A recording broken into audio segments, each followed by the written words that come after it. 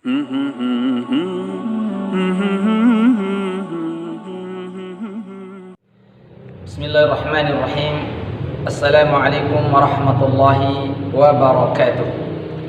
Alhamdulillahirabbil alamin. Wassalatu wassalamu ala nabiyyina Muhammadin wa ala alihi wa sahbihi ajma'in. Amma ba'du.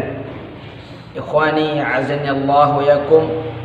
Allah Subhanahu wa ta'ala berfirman, innal ladzina yatluna kitaballah wa aqamus shalah wa anfaqu mimma razaqnahum sirran wa 'alaniyah yarjuna tijaratan lan tabur liyuwaffiyahum ujurahum wa yazidahum min fadlih innahu ghafurun syakur.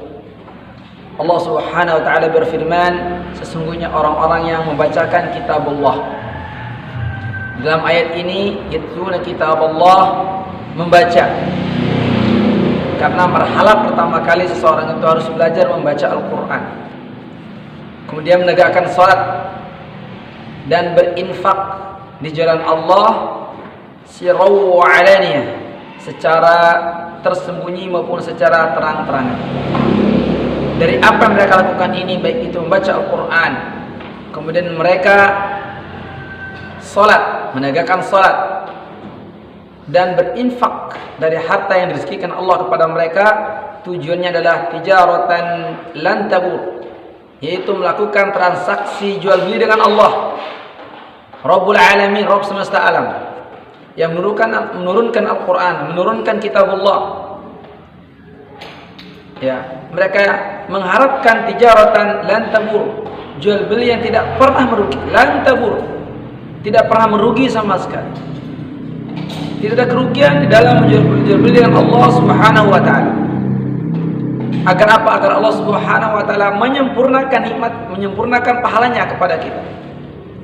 Innahu ghafurun syakur. Allah itu maha pengampun, lagi maha berterima kasih dari apa yang diperjuangkan ya oleh seorang hamba, oleh apa yang hamba usahakan berupa transaksi dengan Allah Subhanahu wa ta'ala. Itu hanya mengharap kepada Allah Subhanahu wa ta'ala. Ikhwani azina wa yakum. Kata Nabi sallallahu alaihi wasallam, khairukum man ta'allama al-Qur'ana wa 'allamahu. Sebaik-baiknya kalian adalah siapa yang belajar Al-Qur'an dan mengajarkannya. Ini sebaik-baiknya manusia. Sebaik-baiknya manusia berdasarkan hadis Nabi sallallahu alaihi wasallam, orang yang mempelajari baca Al-Qur'an dan mengajarnya kepada manusia, mengajarkannya kepada manusia. Ini sebaik-baiknya manusia, sebaik-baiknya orang. Bukan orang yang paling banyak hartanya, yang paling tinggi jabatannya, ya kedudukan di tengah masyarakat, paling dihormati orang. Bukan itu semua jemaah sekalian. Tetapi sebaik-baiknya orang itu adalah siapa yang belajar Al-Quran dan siapa yang mengajarkannya. Sebaik-baiknya dia di mana? Sebaik-baiknya di dunia maupun di langit. Akan disebutkan oleh para malaikat namanya, akan didoakan oleh para malaikat. Khairukum man ta'allama al-Qur'ana wa 'allamahu. Sebaik-baiknya. Namun sebaliknya, ada orang yang enggan belajar membaca Al-Qur'an, bahkan sampai matinya tidak mengenal huruf-huruf Al-Qur'an, tidak mampu membaca Al-Qur'an. Anak-anaknya tidak diajarkan membaca Al-Qur'an, sehingga dia meninggalkan anak cucu keturunan yang jauh dari Al-Qur'an. Inna qaumi ittakhadhu hadzal Qur'ana mahjura. Bahwa ada dari umat Rasulullah sallallahu alaihi wasallam tidak memperhatikan Al-Qur'an ini. Tidak mau belajar membaca Al-Qur'an, tidak pula ya memahaminya, mentadabburinya, apalagi mengamalkannya. Ya. Ini ada sekelompok dari umat Rasulullah SAW yang tidak mau belajar membaca Al-Quran. Sampai matinya dia tidak pernah bisa membaca Al-Quran. Setelah matinya dia meninggalkan anak-anaknya juga tidak diajarkan Al-Quran. Padahal kalau kita masuk surga, jannatu 'adnin yadkhulunha wa man salaha min abaihim wa azwajihim wa dzurriyyatihim. Bahwa masuk surga itu bukan buat kita sendiri, tetapi buat siapa? Buat orang soleh. Bagaimana orang itu bisa jadi soleh? Dekatkan dia dengan Al-Quran, ajarkan Al-Quran, amalkan isi Al-Quran. Dari kalangan siapa orang soleh ini? Dari kalangan bapak-bapak mereka, istri-istri mereka, dan juga dari anak cucu mereka. Ajarkan Al-Quran agar mereka semuanya masuk surga Allah Subhanahu wa ta'ala. Inna lillahi ahlina minan nas. Allah itu punya keluarga dari kalangan manusia. Man hum ya Rasulullah? Siapa itu wahai Rasulullah? Ahlul Quran, ahlullahi wa khassatuhu. Mereka ahli Al-Quran itu adalah keluarga Allah Subhanahu wa ta'ala. Berarti akan mendapatkan penjagaan dari Allah, kasih sayang dari Allah. Namanya keluarga dengan keluarga seperti itu. Ya, kadang-kadang kita berusaha sekuat tenaga mencari maisha siang dan malam, menguras tenaga pikiran, ya, tidak mengenal waktu, mengambil waktu, mengorbankan waktu yang demikian banyak untuk urusan duniawi anak keluarga kita. Tetapi kita lupa sejenak waktu 5 menit, 10 menit duduk bersama anak kita mengajarkan Al-Quran. Kita lupa mengecek bacaannya, hafalan yang kita ajarkan. Enggak usah jauh-jauh, ajarkan saja surah Al-Fatihah saja. Ya, dengan surah Al-Fatihah yang baik dan benar itu dia gunakan sholat, ya, bacaan itu dia gunakan dalam sholatnya, maka sepanjang hayatnya kita sebagai orang tua, antum akan mendapatkan pahala di hadapan Allah SWT dari anak antum ini, dari anak kita ini.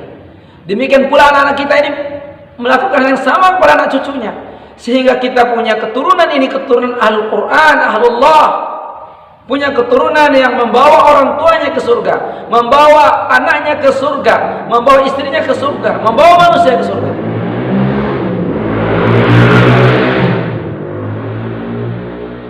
Pahalanya besar ya ikhwan.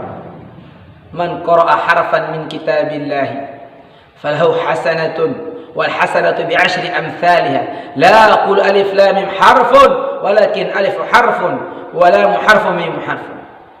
Barang siapa membaca satu huruf dari kitabullah, dia akan mendapatkan hasanah, satu kebaikan.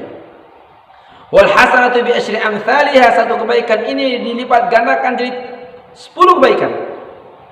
Aku tidak mengatakan alif lam mim satu huruf kata Rasulullah sallallahu alaihi wasallam, melainkan alif satu huruf, lam satu huruf, mim satu huruf, sudah 30 kebaikan di alif lam mim saja.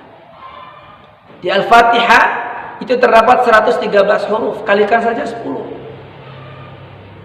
Allah Subhanahu wa taala berfirman, "Wa in taku hasanatan yudha'ifha wa yu'ti min ladunhu ajran 'azima." Kalau itu hasanah baik kita lakukan satu, maka Allah akan lipat gandakan pahala itu menjadi pahala yang demikian besar sekali, dan Allah Subhanahu wa taala memberikan pahala yang besar di sisinya. Bahkan dalam riwayat dilipatkan ila 700 dhaifin. Amal soleh itu akan dilipat gandakan menjadi 700 kali lipat, dan dijelaskan oleh Imam Ibnu Hajar Asqalani dalam kitab Fathul Bari, disebutkan bahwa tidak hanya sampai 700 kali lipat, melainkan lebih ila ma yasha Allah. Atau kama qala Nabi sallallahu alaihi wasallam. Bahkan lebih dari itu sampai Allah Subhanahu wa taala berkehendak, sampai di mana, sampai kapan Allah batasi pahalanya. Ini mengajarkan Al-Quran, ikhwan. Besar sekali pahalanya. Iqra'ul Quran fa ya'ti yaumil qiyamati syafi'an li ashabih.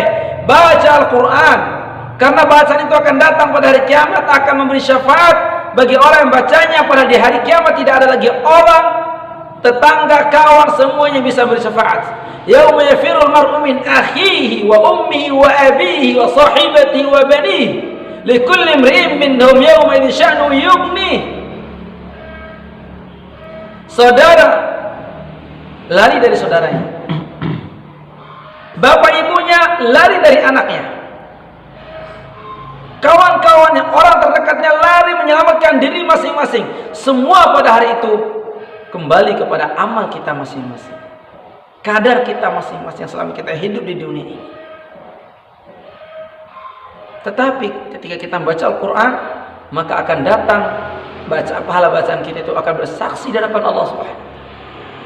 Demikian baca surah Al-Baqarah, baca surah Al-Imran, akan datang pahalanya, akan menjadi saksi di hadapan Allah Subhanahu bahwa kita pernah membaca surat ini.